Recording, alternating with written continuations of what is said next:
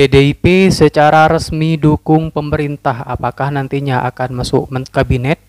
Suhmi Dasko bercerita akan ada perubahan besar. Apakah sudah saatnya mengamputasi orang-orang Jokowi di kabinet saat ini? Hal ini untuk menggalang kekuatan besar di negeri ini agar semua mudah diwujudkan tanpa gaduh-gaduh lagi. Kita simak video berikut ini. Saya, Rocky, dan Jumhur memberikan saran kepada Prof. Dasko tentang urusan Tom Lembong dan Hasto. Pak Dasko bilang, tenang bang, malam ada perubahan besar-besaran. Kan seorang presiden tuh jarang-jarang mengeluarkan kata itu, apalagi abolisi itu kan nggak tahu kapan pernah ada abolisi. Kenapa presiden menggunakan itu? Karena dia itu kan muak juga. Prabowo itu punya agenda untuk bangsa. Persoalannya, dia ini seperti campur dengan kotoran. Jokowi dan orang-orang ini kotoran. Bagaimana benalu-benalu kotoran ini dibersihin? Jadi itu yang takes time. Dasko adalah motor daripada pemberian amnesti dan abolisi sejak awal. Dasko itu adalah demokrasi, D-nya, stability consolidation, commander. Jadi Dasko adalah komando daripada demokrasi dan konsolidasi sosial. Pemimpin besar seperti Prabowo, dia agak keropos di dalam negeri. Dua kekuatan ideologis tidak mendukung dia. Satu kekuatan nasionalis, Megawati, satu kekuatan Islam.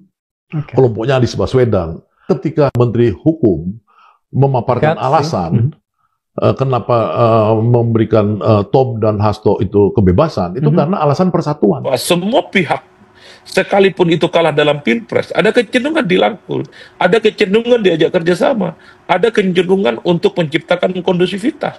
Kan itu yang tercermin dalam pernyataan Menteri Hukum, bahwa salah satu alasan pemberian dari abolisi dan amnesti itu adalah untuk menciptakan suasana politik yang kondusif, bekerja sama dengan semua pihak. Tujuannya apa?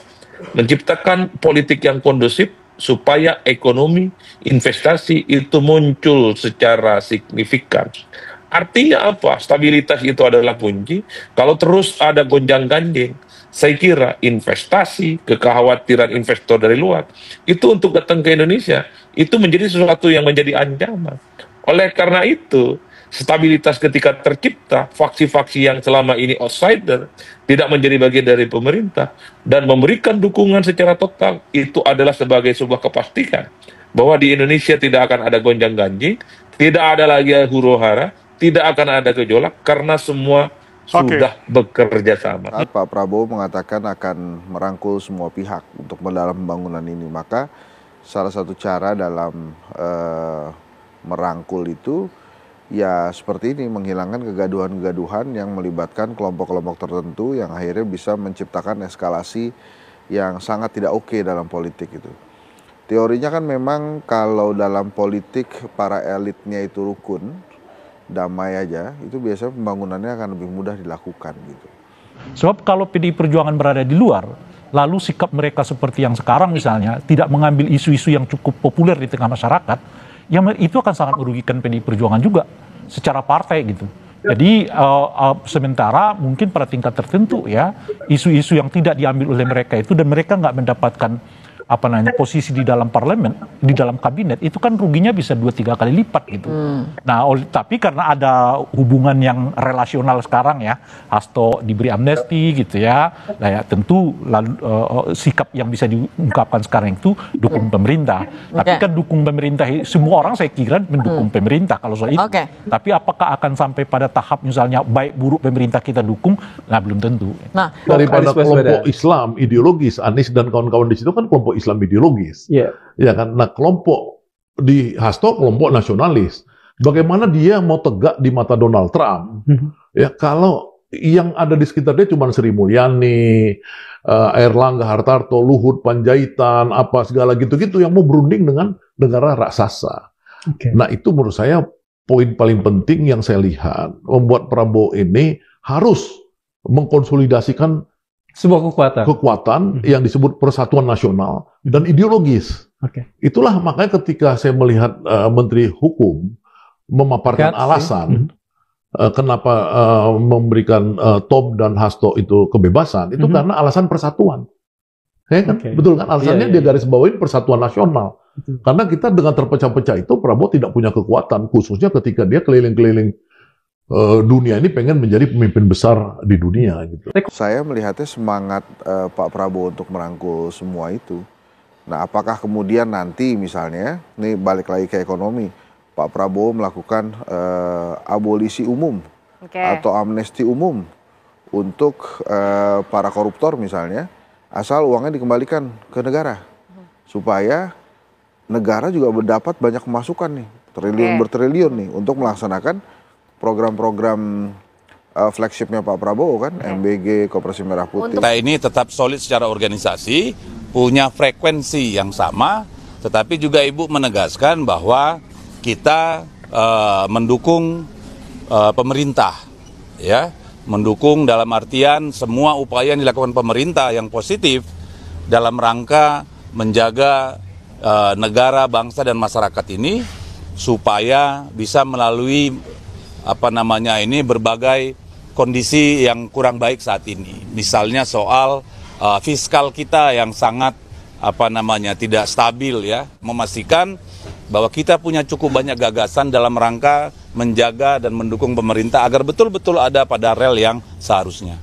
Kelompok lama, kelompok Jokowi ini masih dominan dalam menggendong, membonceng Prabowo ini, meskipun itu konsekuensi dari yang saya sering sebut sebagai kudeta merangkak, Prabowo berkuasa melalui mereka. Tapi kan ini kan kemudian menyusahkan, karena apa? Karena jumlah power realnya kurang sebagai sebuah bangsa, gitu loh. Jadi wajar kemudian mereka terus mengejar. Kan kita lihat kan Dasko misalkan tadi disebutkan oleh Pak Darmawan mengupload di Instagramnya, jadi bukan pengetahuan bisik-bisik, itu secara publik dia kasih tunjuk, ini gua berunding nih. Gua yang hasilan pembebasan ini. Memang Dasko adalah motor daripada pemberian amnesti dan abolisi sejak awal. Saya tahu, saya lihat Instagramnya, saya pelajari. Kadang-kadang ketika saya ketemu, saya tanyakan, ya, dia pernah memberikan sama saya foto dia berdua dengan Ibu Megawati masih 6 bulan lalu kalau nggak salah, dia udah kasih lihat saya, ini loh Bang, nih aku baru ketemu Mega nih berdua aja gini-gini. Dia pernah ngomong gitu. Jadi ada memang misi dari Presiden Prabowo ini untuk merangkul secara serius Ibu Megawati ini sebagai kekuatan marhen sosialis Indonesia, ya kan, nasionalis. Nah, satu sisi kelompok Islam juga, karena Indonesia ini sepanjang sejarah cuma 2 itu aja, Islam sama nasionalis, gitu loh. Jadi nggak bisa. Ini Ibu Mega kembali terpilih sebagai ketua PDIP. Alhamdulillah, selamat. Kapan tuh? Tadi baru aja. Oh, selamat untuk Bu Mega. Semoga Ibu sukses lagi memimpin PDIP. Ibu diberi sehat walafiat dan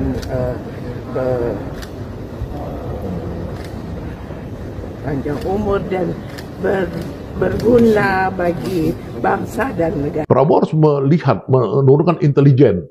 Ya, siapa aja yang mendapatkan kontrak-kontrak besar di Pertamina, di PLN, di Bulog, di apa, masih banyak nggak orang-orang Jokowi? Berapa banyak? Sehingga mereka punya logistik yang tetap cukup kuat. Ya.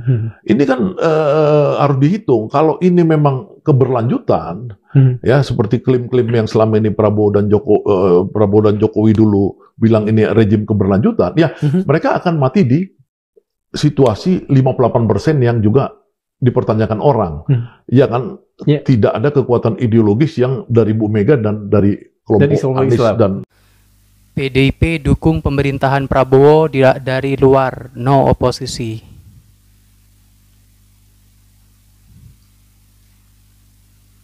Partai Demokrasi Indonesia Perjuangan menyatakan akan mendukung pemerintahan Presiden Prabowo sebagai sparring partner atau mitra strategis. Dia berbicara demikian saat menjelaskan isi pidato Ketua Umum Megawati Soekarno Putri di dalam Kongres ke-6 PDIP yang digelar secara tertutup. Said menjelaskan bahwa pernyataan Megawati tersebut dapat dimaknai bahwa PDIP akan menjadi mitra strategis bagi pemerintahan. Dengan demikian, PDIP akan mendukung program pemerintah yang selaras dengan kepentingan rakyat, namun juga tidak segan memberikan solusi alternatif apabila ada kebijakan yang kurang tepat. Meski tidak menjadi oposisi, namun partai berlambang banteng moncong putih itu menegaskan akan tetap berada di luar pemerintahan. Dia juga menyampaikan bahwa PDIP belum mengusulkan nama-nama kader untuk masuk ke dalam kabinet. Politik PDIP Yosana Lauli menjelaskan bahwa hal tersebut menjadi arahan Megawati ketika berpidato dalam acara bimbingan teknis anggota DPRD fraksi partainya pada 30 Juli 2025. Namun dukungan yang dilakukan PDIP adalah sebagai penyeimbang atau menjalankan fungsi kontrol terhadap pemerintah.